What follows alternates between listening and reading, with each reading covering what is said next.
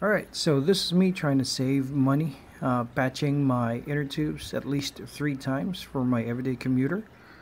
And to be honest, it's somewhat getting annoying. So for a change on my Ghetto gravel bike, I will try to get a Ghetto Tubeless setup. Yeah.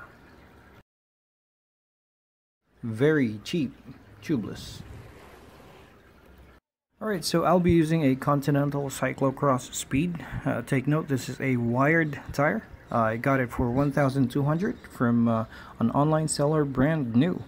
And here's your tire sealant plasma. Got it for 130 pesos at Bikezilla. And here's a cutoff of a presta valve that I reinforced by cold patching whatever was left from the cutoff of the inner tube. And here's your used electric tape and the cement that I used to do the cold patching. And here's the rim. It's an Ameoba rim, and it has nothing to do with being tubeless at all. Alright, so the main reason why we needed the electric tape is to plug all the holes that you can see on the rim where the nipples are inserted. To do that, here's a pre-made taping. To do that, make sure you carefully lay the tape on the rim, right on top of the nipple holes. What I'm doing right now is I'm very carefully inching my way through the rim.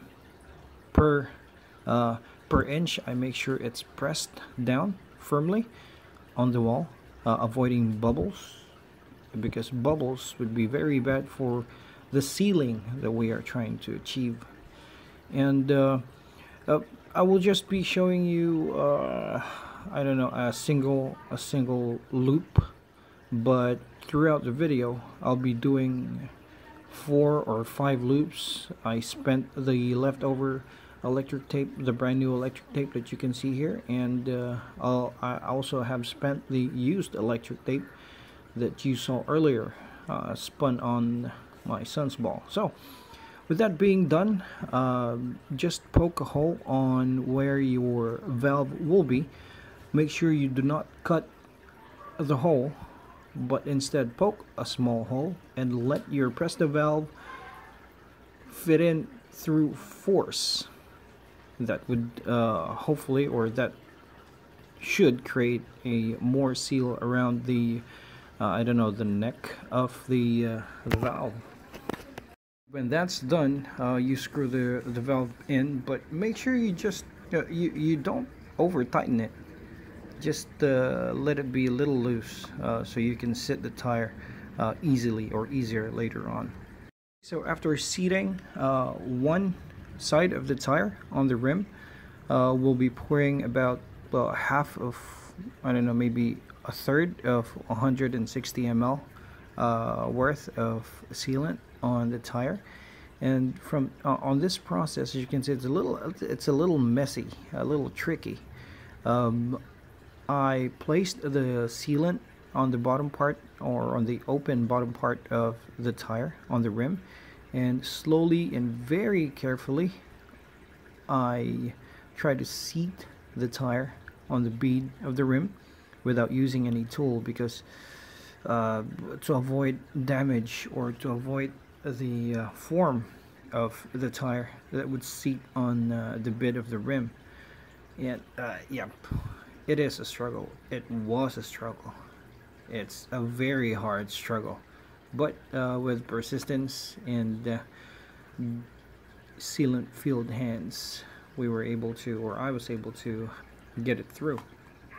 So once the tire is on the rim, I give it a quick spin to spread the sealant on the whole tire. And what I'm doing right now, probably this is what I did to make everything work for this wired tire, is to pre-seat the tire, the edge or the lip of the tire, to the bed of the rim, bead of the rim. I don't know how it's called, or maybe the bead of the tire to the bead of the rim, or the lip of the rim. Anyway, I'm just spreading the tire to let it sit on the rim properly. And That created a I don't know, a pre-seal, as I would call it. Pre-seal, is that even correct? Is that even a term? Alright, so pumping it, it's very obvious.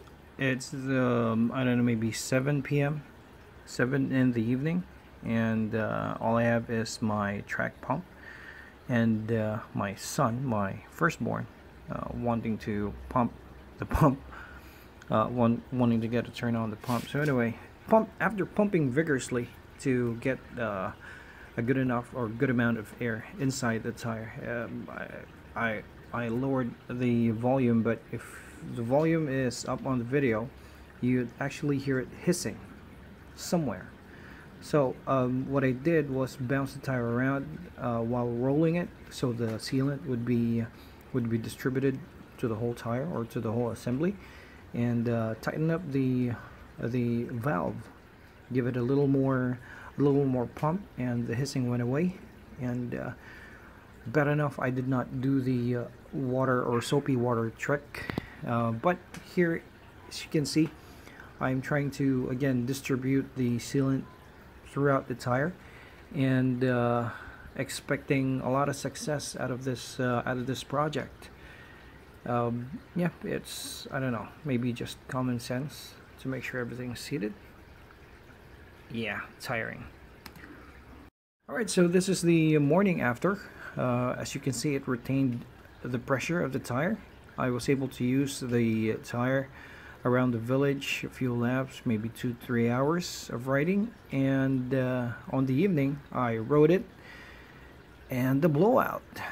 Here's what happened. Apparently the very ghetto tubeless valve blew off catastrophically.